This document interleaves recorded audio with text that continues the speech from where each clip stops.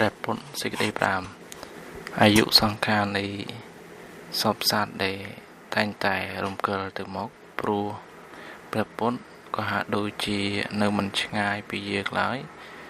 ពុទ្ធដីកាហាក់ដូចជានៅខ្សោខ្សឹបដាក់ត្រចៀកយើងប្រាប់យើងកុំអោយរត់គេចអំពីសេចក្តីព្យាយាមតស៊ូបពៀប៉ុន្តែត្រូវរក្សាលំនឹងចិត្តស្ងប់ស្ងាត់ប្រឈមមកនឹងបញ្ហាហើយមើលឲ្យឃើញថាជីវិតគឺជាឱកាសដ៏ប្រសើរសម្រាប់ការលូតលាស់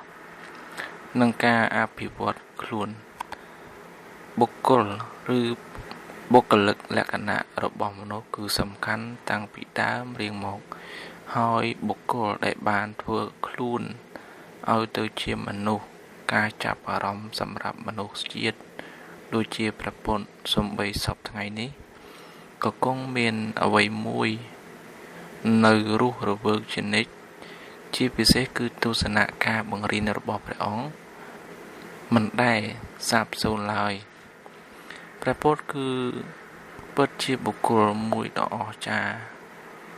បុគ្គលមួយអង្គដែលបានដើរគំរូដូចលោកបឺតបាននិយាយថាព្រះពុទ្ធគឺជាកំពូលមនុស្សដែលបានដល់នៅសេចក្តីស្ងប់និងមានអានុភាពក្រៃលែងភាពទន់ភ្លន់ឥតព្រំដែនចំពោះសពសត្វដែលមានជីវិតនិងសេចក្តីករុណាយ៉ាងក្រៃលែងដល់សពសត្វដែលមានទុក្ខជាបុគ្គលបានរួចរំដោះប្រកបដោយធម៌ប្រាជ្ញាសេចក្តីលំអៀងនិងការប្រកាន់ពុទ្ធសាសនាជាដើមសាររបស់ព្រះពុទ្ធបិទមានវ័យចំណាស់ប៉ុន្តែនៅថ្មីស្រឡាងជានិច្ចសម្រាប់បុគ្គលដែលបានជ្រមុជជ្រៅនៅក្នុងទស្សនៈបរមត្ថវិជ្ជានិងបានឆក់យកការស្រមើស្រមៃរបស់បញ្ញវន្តជនជាច្រើនឲ្យដកជាប់នៅក្នុងក្រអៅបេះដូងរបស់ពួកគេព្រះពុទ្ធសាសនាមានដើមកំណើតនៅទីក្រុងសាណានជិតក្រុងពារាណសីនៃប្រទេសឥណ្ឌាការចាប់ផ្ដើមដំបូងមានសាវកតែ5អង្គប៉ុណ្ណោះបន្ទាប់មកក៏បានជ្រុតជ្រាបផ្សព្វផ្សាយទៅនៅក្នុងដែនដីជាច្រើនមកដល់បច្ចុប្បន្ននេះមានអ្នកគោរពរាប់អានជាង600លាននាក់ព្រះពុទ្ធសាសនាបានបោះជំហានយ៉ាងលឿនដោយសារគុណតម្លៃរបស់ខ្លួននិងលក្ខណៈសមហេតុផលប៉ុន្តែមានកត្តាផ្សេងទៀតដែលជួយបន្ថែមទៅលើការរីកចម្រើននៃព្រះពុទ្ធសាសនាដូចជាធម្មទូតដែលជាអ្នកនាំសារផ្សព្វផ្សាយព្រះធម៌មិនដែលប្រើវិធីសាស្ត្រអសិលធម៌ណាមួយនៅក្នុងការផ្សព្វផ្សាយព្រះធម៌ឡើយអាវុធដែលធម្មទូតបានប្រើមានតែម្យ៉ាងគត់គឺសេចក្តីស្រឡាញ់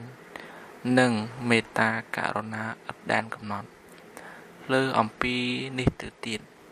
ព្រះពុទ្ធសាសនាបានផ្សាយជ្រុតជ្រាបដល់ប្រទេសនានាដោយសន្តិភាពដោយគ្មានការរំខានឬការប្រជែងជាមួយនឹងលទ្ធិនានាដែលមានស្រាប់នៅក្នុងប្រទេសទាំងនោះឡើយ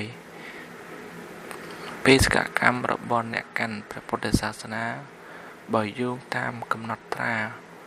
ប្រចាំឆ្នាំនៃប្រវត្តិសាសនាគឺមិនដែលប្រើនៅទម្រង់ណាមួយដោយបង្ខិតបង្ខំដោយប្រើអាវុធឬដោយប្រើវិធីសាស្ត្របង្ការ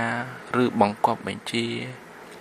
ឬវិធីសាស្ត្រគួរឲ្យថ្មេះតេះដៀលណាមួយឡើយការផ្លាស់ប្ដូរដោយការបង្ខិតបង្ខំឬការមិនត្រូវតាមទទួលស្គាល់គឺមិនត្រូវបានទទួលស្គាល់និងមិនត្រូវជាទីគាប់ចិត្តនៃប្រតិនៃព្រះពុទ្ធមិនបានជាទីគាប់ចិត្តប្រតិនៃព្រះពុទ្ធនិងសាវករបស់និងសាវកព្រះអង្គឡើយការបង្ខូចនិងការប្រមូលបង្កាច់សាសនាដទៃ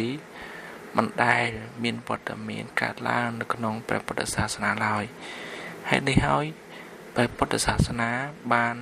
បញ្ជ្រាបខ្លួនតាមរយៈវប្បធម៌ដ៏សម្បូរបែបផ្សេងៗរហូតបានផ្សាយទៅកាន់អរិយប្រទេសទំនើបជាច្រើនលោកស្រាចារ្យធីវីស្រីដាវីតបានសរសេរថាមិនមានកំណត់ត្រាណាមួយដែលខ្ញុំបានដឹងឡើយថានៅក្នុងប្រវត្តិសាស្ត្រដ៏យូរលង់នៃព្រះពុទ្ធសាសនាអស់កាលជាច្រើនតទៅវត្តមកហើយដែលព្រះពុទ្ធសាសនាបានរក្សាសេចក្តីថ្លៃថ្នូរដ៏ខ្ពង់ខ្ពស់ពោលគឺមិនដែលមានការបៀតបៀនទៅលើសាវកនៃសាសនាដទៃឡើយ